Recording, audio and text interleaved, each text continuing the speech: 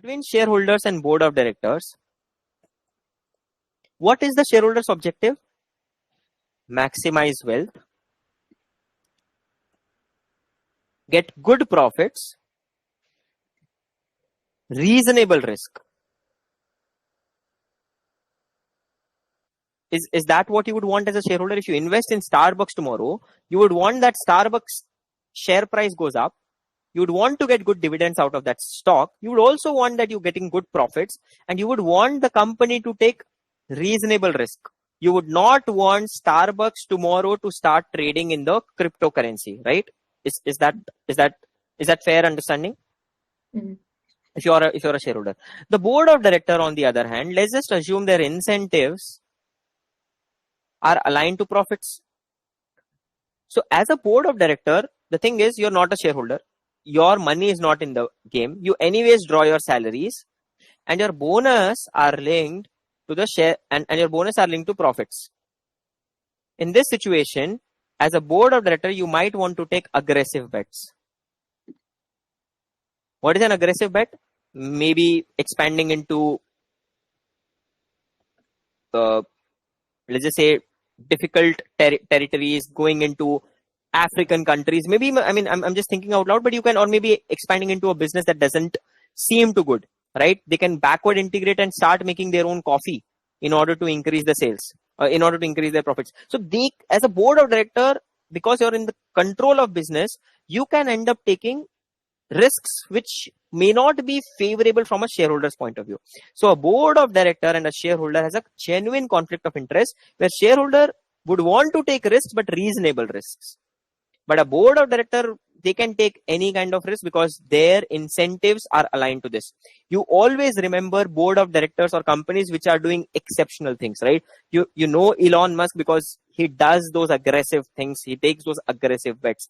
Same goes for any other. I mean, if you pick up Google, Sundar Pichai is well known because again he ends up taking those difficult kinds of decisions. And then if I ask you about any random business, or let's just say Nestle, you may not know who's the CEO of Nestle because they're not doing things which are exceptional. So as a board of director, to get name, fame, recognition, money, and profits, you'd probably want to take bets which are relatively more aggressive than what the shareholders would want. And that's like a principal agent conflict between shareholders and board of directors. Of course, shareholders are the ones who are principals, and board of directors are the ones which are your agents. Within this, there's another concept that comes. The concept is called information asymmetry. And please note down this. So it's called information asymmetry. Information asymmetry is basically a situation wherein one of the parties has a greater information and has more knowledge, understanding as compared to the other party.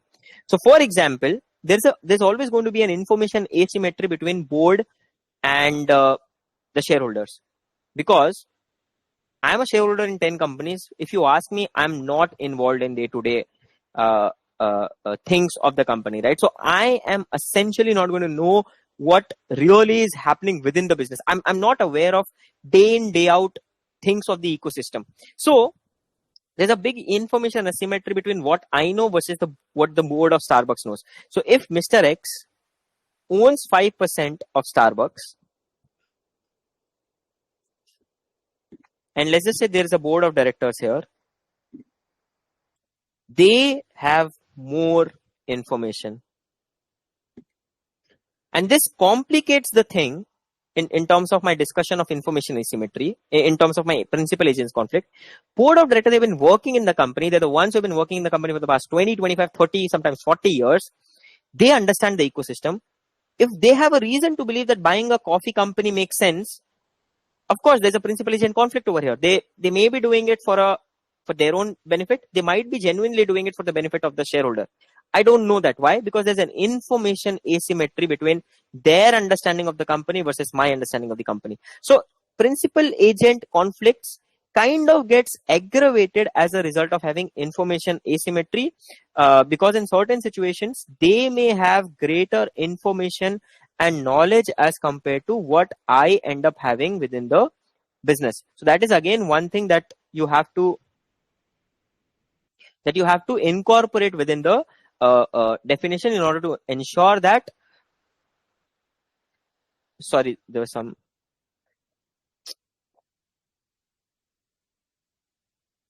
yeah, so you have to also incorporate information asymmetry within the discussion. Otherwise you will never get to the right answer, and you might end up taking a wrong stance altogether.